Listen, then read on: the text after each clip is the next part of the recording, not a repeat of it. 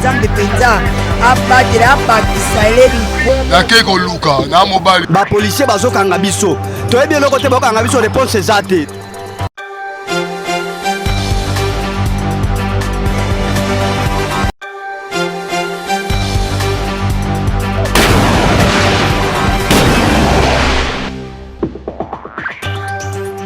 Nazalaka na sembo ya koyeba ke boza tellement belé ya kolanda Mag FM édition ya mokolo lelo ya mwe bandi mbote na bino.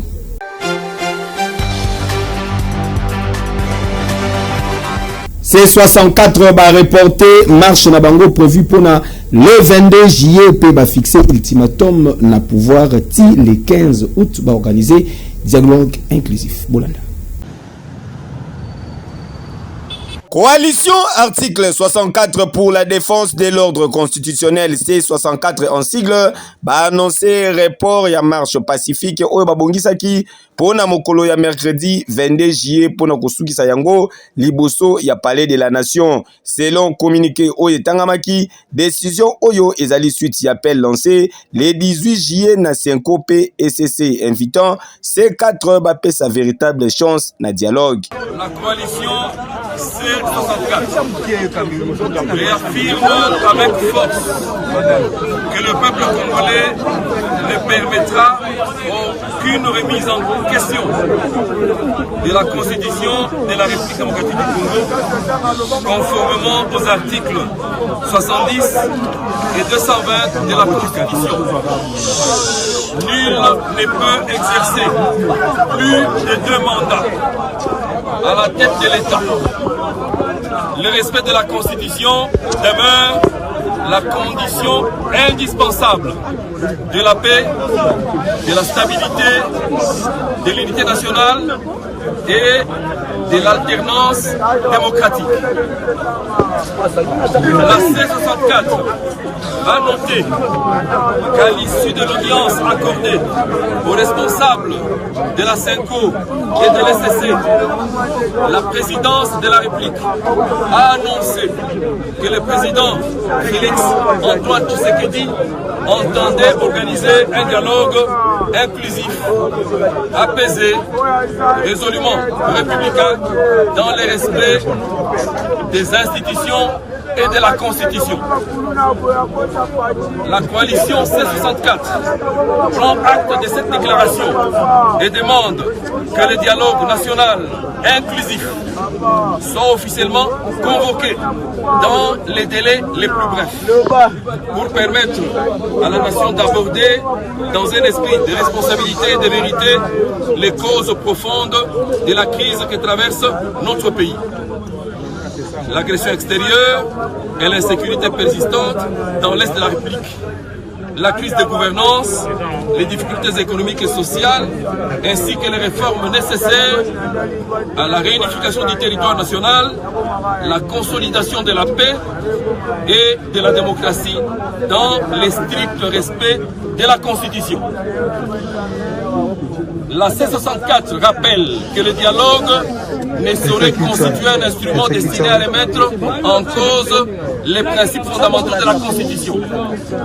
Il doit au contraire contribuer à restaurer la confiance entre les institutions et les citoyens, à renforcer l'unité et la cohésion nationale, à créer les conditions d'une paix durable, ainsi que d'une confiance et de décrispation pour rassurer toutes les parties prenantes de la participation au dialogue.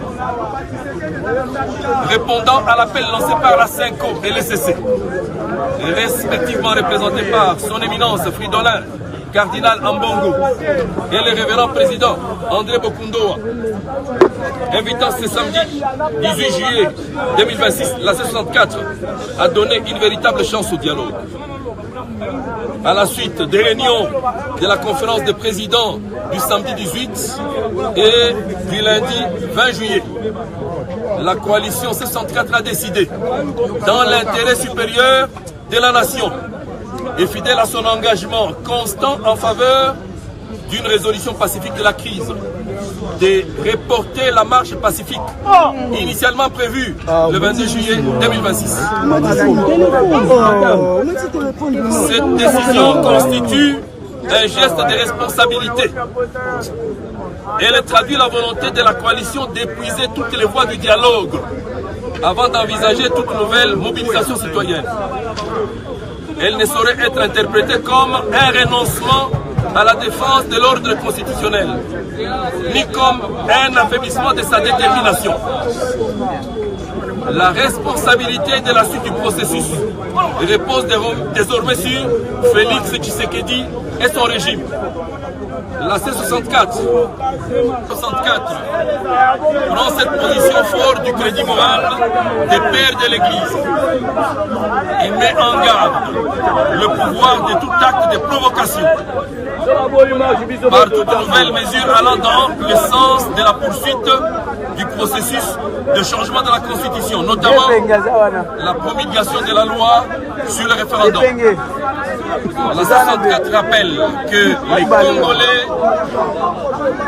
attendent des décisions concrètes, un calendrier clair et des actions conformes aux engagements publiquement annoncés. En conséquence, la C64 maintient l'ensemble de ses structures et le peuple congolais dans le pays et dans la diaspora en état de mobilisation et d'alerte maximale. Si le dialogue national inclusif n'est pas officiellement convoqué au plus tard le 15 août 2026, ou si les engagements annoncés demeurent sans traduction concrète, la coalition en tirera toutes les conséquences politiques et appellera le peuple congolais, dans le strict respect de la Constitution et de la République, à reprendre les actions citoyennes pacifiques nécessaires à la défense de l'ordre constitutionnel, de la démocratie, de l'état de droit et de l'avenir de la nation. Fait à Kinshasa le 20 juillet 2026, le président. Ici, à rappeler que bien avant Bakutanana opposition, Bakambi ya Senkope SCC, Bayamba Makina Fumu Yekolo, son excellence Félix Antoine Tshisekedi Tshilombo Fachi Beton et Sika Wapi, Batalisaki qui est président de la République, à l'évaki option pour un dialogue moko inclusif. Dossier à suivre.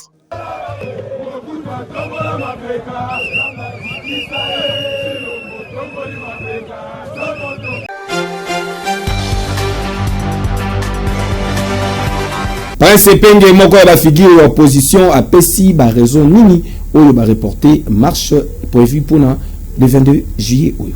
Non, après 6 heures de débat, on dit qu'à l'interne, les violons ne s'accordaient pas. Vous savez, la C64, c'est la plateforme voulue par le peuple. L'unité, la cohésion de l'opposition souhaitée par le peuple. Nous l'avons concrétisé pour un seul objectif: barrer la route à toute logique de changement des constitutions. Nous ne sommes pas des putschistes, nous ne sommes pas des gens qui voulons la guerre dans le pays. Au contraire, ceux qui veulent la guerre, c'est ceux qui veulent changer la constitution pour occasionner la balkanisation de notre pays. Mais suite à la demande de son éminence, le cardinal Ambongo et le pasteur de l'ECC Bokundoa, nous ne pouvons pas passer outre les demandes pressantes. Ce que nous voulons, c'est la paix. Ce que nous voulons, c'est le respect des textes. Or, l'Église s'inscrit pleinement dans cette logique-là. Parce que l'Église catholique et l'Église SCC nous ont demandé de reporter notre marche parce qu'ils se disent être engagés fermement pour que M. Félix Tshisekedi et nous de l'opposition nous puissions parler pour mettre loin de nous toutes démarches tendant à violer les textes. Nous sommes engagés tous, après 6 heures de débat, à les écouter, à donner suite favorable à leurs demandes. Donc nous avons reporté notre marche populaire qui était initialement prévue pour ce mercredi 22. Mais nous disons, nous entendons des signaux forts, des actes de la part de M. Félix Tshisekedi d'ici au 15 août. Il faut qu'un dialogue national inclusif soit convoqué. Mais en attendant le 15 août, la date fatidique, nous mettons en garde le régime Tshisekedi. Nous les avertissons qui ne pose pas un acte dans le sens soit de promulguer la loi référendaire qui va occasionner la balkanisation de notre pays, qui n'ose pas à continuer la campagne pour le changement de constitution. Parce que ces actes finiront par énerver le peuple et nous ne pourrons que sortir de nos réserves pour envahir les rues et cette fois beaucoup plus déterminés et beaucoup plus forts encore. Voilà pourquoi nous disons à nos populations, au peuple congolais, à Kinshasa comme à l'intérieur du pays, dans toutes les provinces, vous étiez mobilisés par millions pour marcher ces 22. Et puis de paix, le Congo étant notre bien le plus précieux, nous avons joué à la sagesse de Salomon en écoutant son éminence cardinal Ambongo et le patriarche Bukundoa. Nous repoussons la marche. Nous ne l'annulons pas. Nous ne donnons pas un chèque en blanc à qui que ce soit. Mais parce que nous aimons le Congo, nous avons fait preuve de patience, de patriotisme. La balle est dans le camp de Tshisekedi.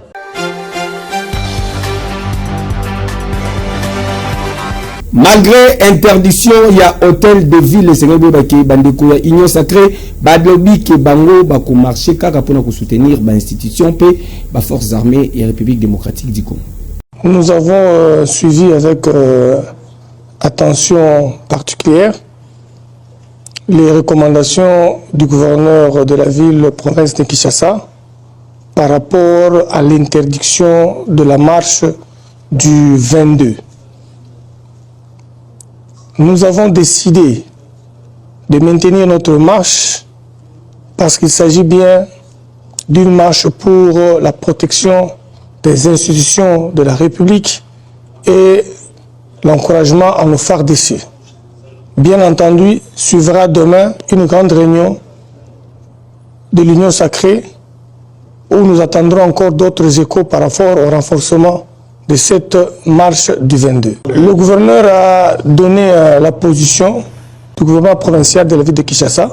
Maintenant, nous campons sur notre position et nous ferons rapport au présidium de l'Union Sacrée de la Nation et nous verrons ce qui va suivre aussitôt après.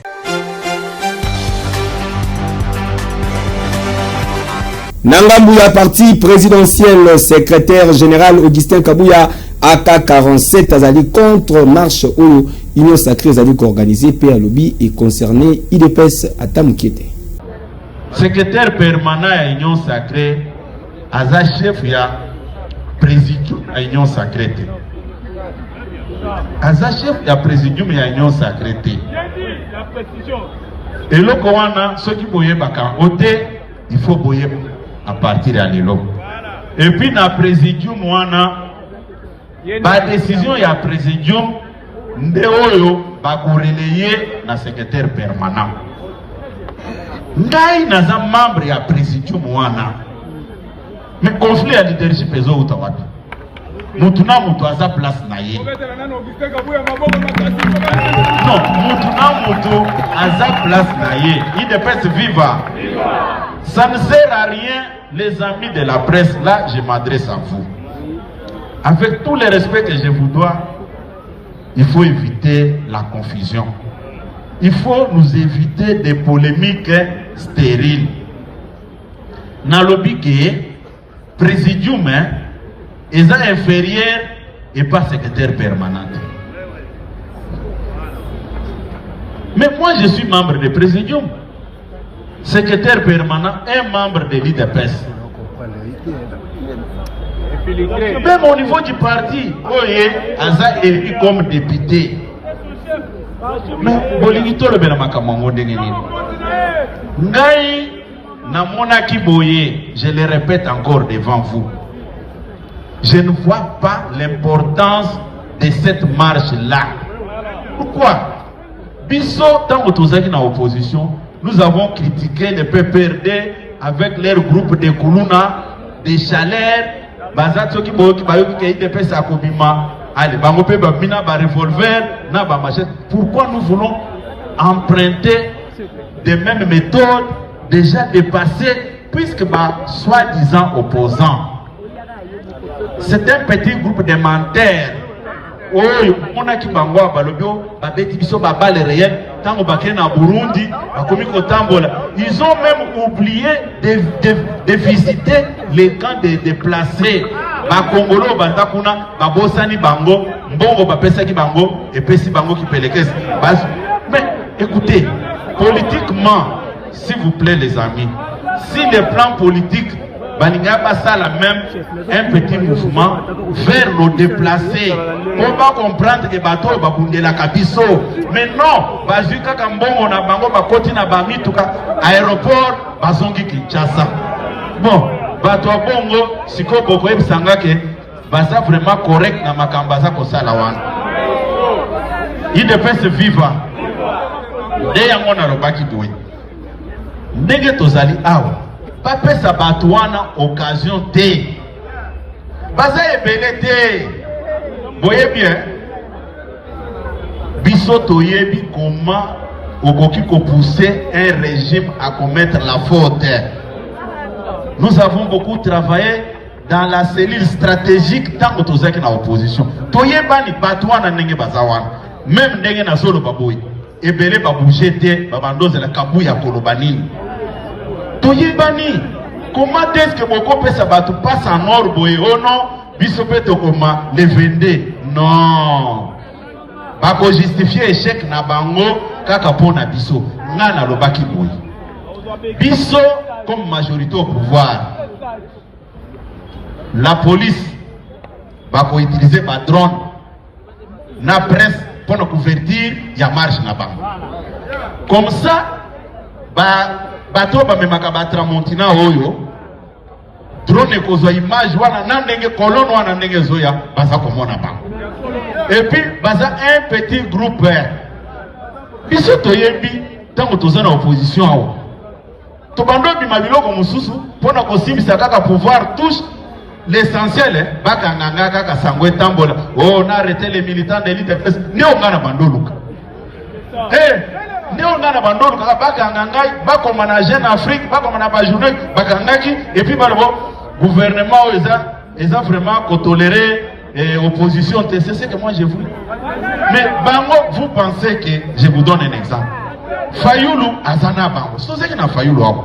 Kabonde azana bango. Sozeki na yao.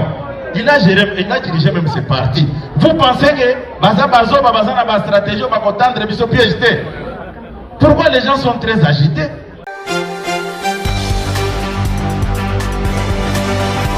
Nakasai Central, coordonnateur national, il y a cellule, il y a réforme, il y a la police nationale congolaise, le général-major Silvano Kasongo Kitenge Yambamaki, na gouverneur de la province. Ba officier et la police judiciaire na province ya Kasai Central bazali ko participer na mobange na formation ya renforcement ya ba capacité oyo ezali appuyer na programme ya Nations Unies pour le développement PNUD en sigle. Durant ces journées na Kananga, coordonnateur national ya cellule ya réforme, il y a la police nationale congolaise à Yambamaki en audience de civilité na gouverneur ya province. Très heureux pour na ko retrouver nouvelle image ya province pene ya commissaire provincial, le général Mania Chani Panthère Noire, le général-major Silvano Kasongo Kitenge, atalisaki ke akocha expertise na ye na service ya la police locale en vue ya améliorer prestation na bango sur terrain. Je viens ici représenter le commissaire général de la police nationale congolaise à la cérémonie de la fête session des OPJ. Vous savez, nous travaillons en partenariat avec notre partenaire privilégié qui est le PNUD, qui nous aide à ce que la police soit professionnelle. Dans le cadre de la police judiciaire,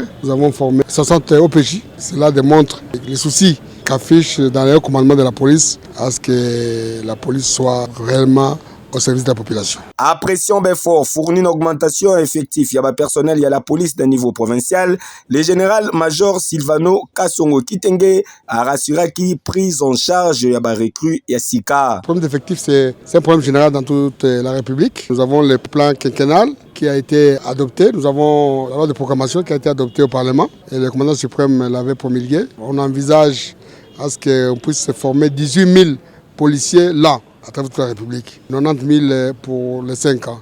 La fois passée, il y avait une mission qui est venue de Kinshasa des ressources humaines, de l'informatique. Ils ont contrôlé les policiers. Et il y aura une autre mission qui va venir pour que ces gens puissent être reconnus officiellement comme des policiers. Maintenant, il faut formaliser. Le commissaire général nous a donné des instructions pour qu'on fasse le suivi pour que ça se passe dans les normes. Naparnaye gouverneur ya province Atalisike azali honoré na visite oyo pe a rassuré appui na ye na ba mission ya la police nationale congolaise oyo ezali ya kobatela batu pe ba bien na bango. Ah oui, boyende izalaka. Yeke yo.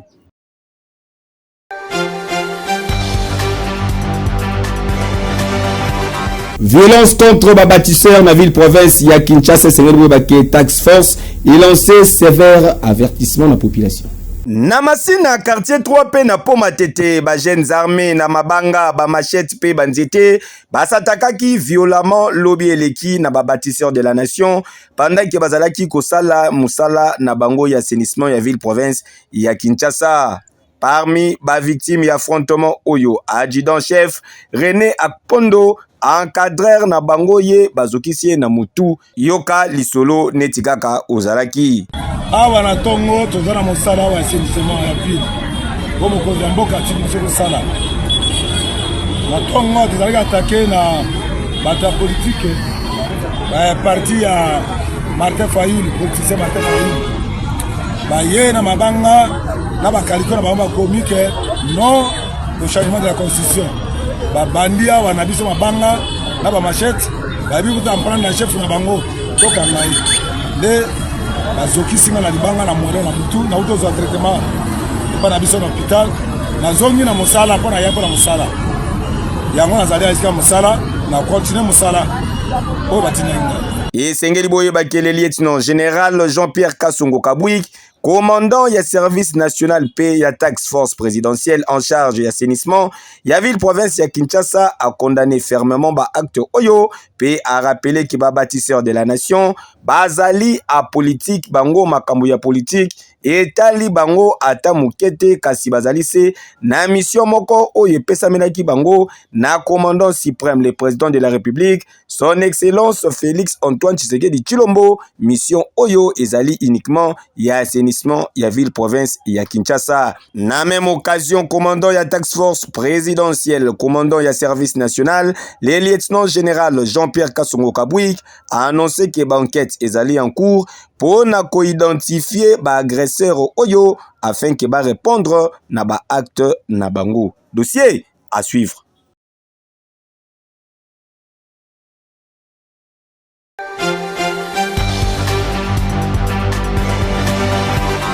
Assainissement à ville province ya Kinshasa ezalaka na kombo moko trash pick-up idéologie ya mwana mboka Alembolela.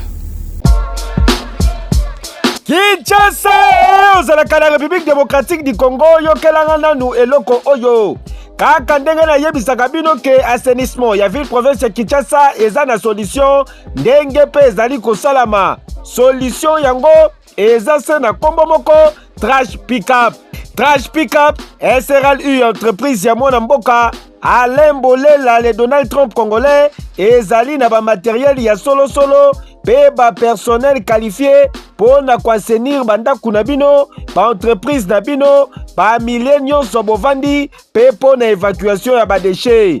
Tout désormais ozalaka na ville province ya Kinshasa na konyoso ozwami fini ba makambo ya kotimola mabulu na kati ya mapangu fini ba makambo ya kobwaka matiti na balabala esi la pona libela makambo ya kobelelaka matiti po tomoni biso nyonso makambo basali awa na Kinshasa non seulement ezali malamu te po na environnement na biso ba santé na biso kasi ezali pe kobebisa image ya mboka pe befort nyonso oyo bakonzi ya mboka bazali kofournir po na kozongisa Kinshasa na image dango ya kitoko kin label.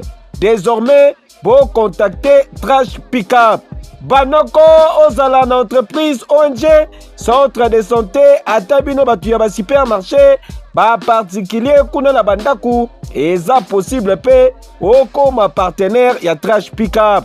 Tala na bakonzi ya mboka gouverneur ya ville province ya Kinshasa ministre provincial ya environnement message ezali se moko bo soutenir initiative ya mwana mboka Alain Bolela na entreprise na ye Trash Pick-up po ezali ko s'inscrire toujours na logique ya programme ya Kinshasa ezobonga.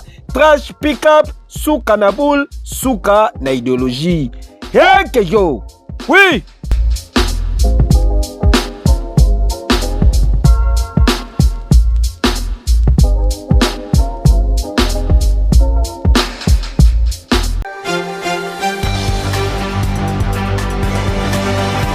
FM Prod pour la couverture, il y a des événements na bino nyonso, vous contactez bango.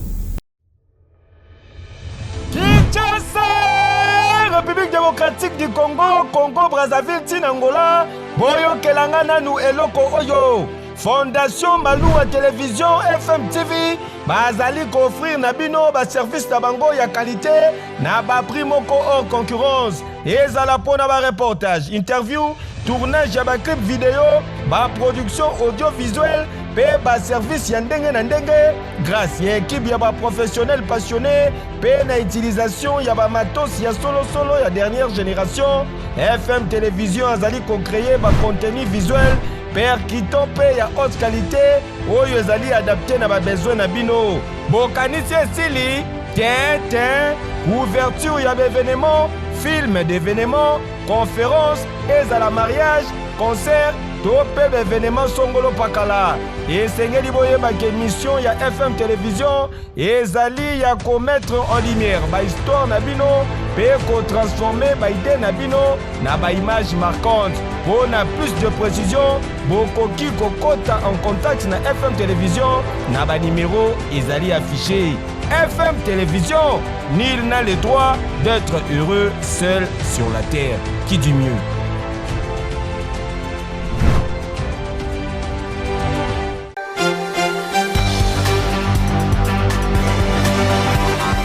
Vous allez avoir besoin de la filière Ebele Sengel Boybaki, ASBL Fondation de l'Homme, École de Congolais, vous allez organiser session ici.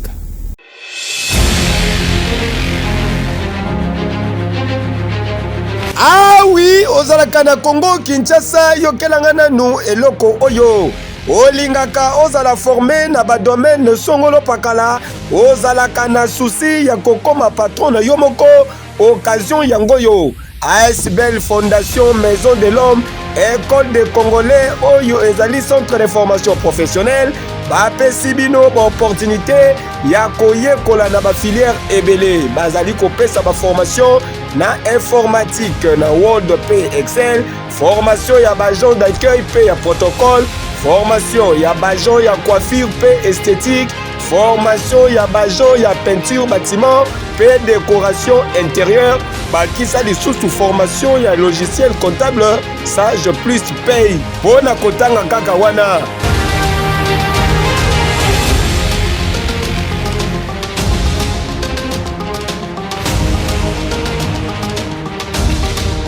Oyo ezali occasion à ne pas manquer. Mwana mama ndeko mwasi ndeko mobali yebela yekola polelo oko malisusu utile na société car monde ezali ko évoluer.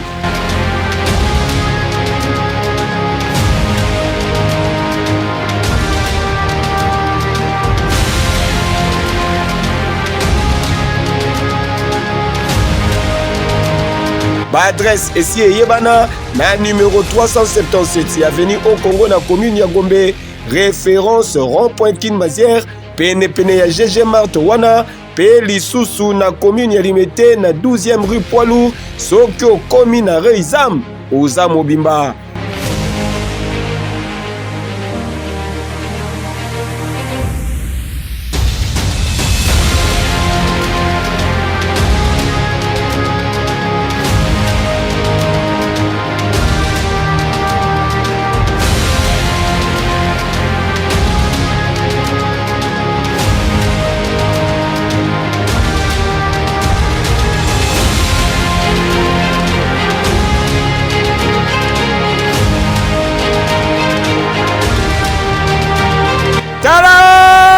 ASBL Fondation Maison de l'Homme, École de Congolais, Yamukolo Olekibango. Qui dit mieux? Eh, que yo! Oui!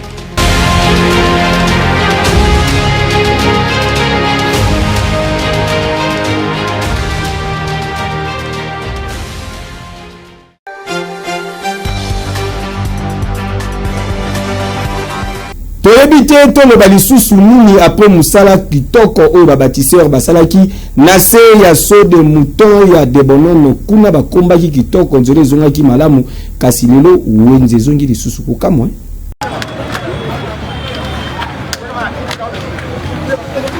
En tout cas, makambo zali kosalama awa na ville province ya Kinshasa ezali kokamusa batu to yebite oyo to benga ngo kindokito nini kaka lobi to mona kindenge ba bâtisseur ba komboli awa na se ya so de mouton ya de bonhomme et komaki peto et komaki vraiment kitoko tala kaka lelo oyo batu bazongeli koteka batani lisusu biloko kuna kokamwa ba autorité bakitaki sur place.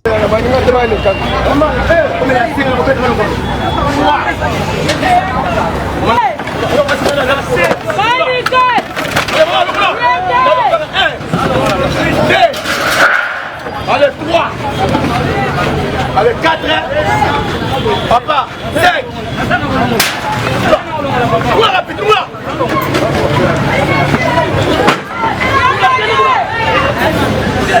On a qui chassait pour fille.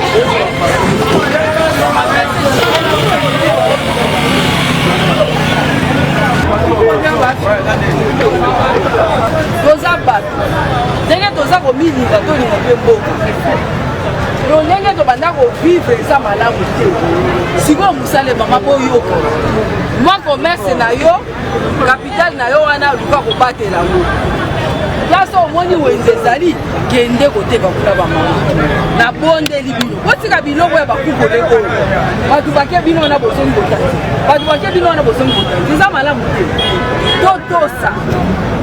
totosa mama po ndunda oyo bolemsi soko kendeki nango na wenze lemsi nde esesilaki me bozozela bato balongwa boya kotika me boyebake bato bakozala lero bino bozotosa te lero okoma na butu bandunda wana bako sikoyo ya boye toloba lisusu nini po oyo komi motema mabe batu balingi mboka na bango te ya boye soki babeti fimbu tokokondane kaka kokamwa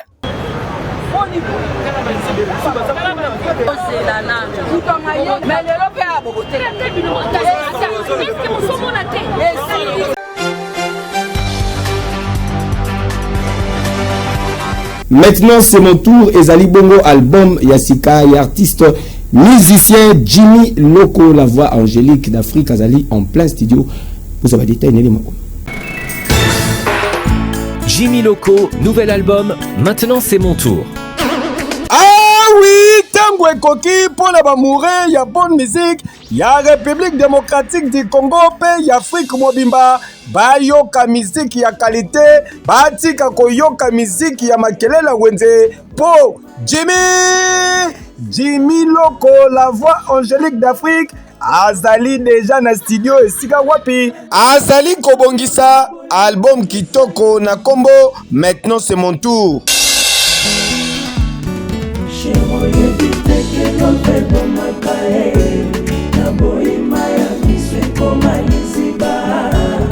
Jimmy Loco, maintenant c'est mon tour.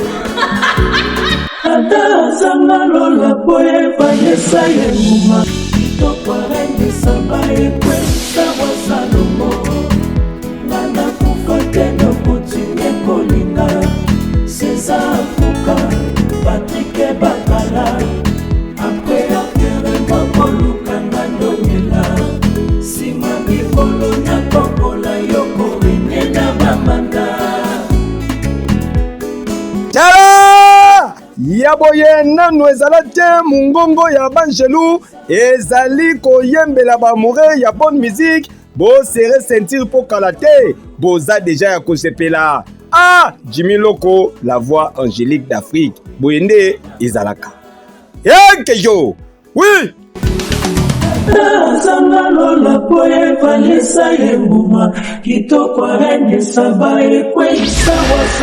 c'est mon tour.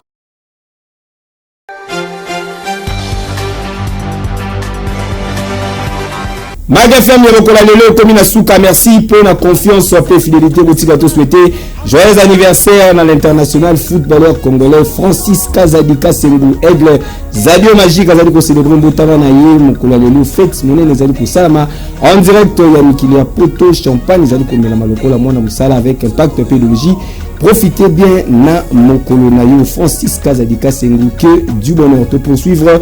Pour la souhaiter joyeux anniversaire à Madame Christelle Kaunda, la chanteuse de l'Éternel, maman monitrice ya école de dimanche ya PCM, pe journaliste monene Yamboka oyo mwasi kitoko azali ko célébrer mbotama na ye mokolo lelo tozali kolia pe tozali komela avec impact pédagogie. Profitez bien na mokolo na yo, que du bonheur. Bo sepela ki na ba image pour ça. Merci mingi na Fortuna Mayangi FM Yamboka azalaki na sima caméra, régie finale ezalaki assuré na yemoko directeur technique na biso Gelor Mouya alias Koko Mouya. Bamata bakita babaluka na mabele fils Maniboy Kamachine la préférable. Zambe penza abadira bakisa elebi nakeko luka na mobali ba policier bazokanga biso toyebi eloko te bakanga biso réponse eza te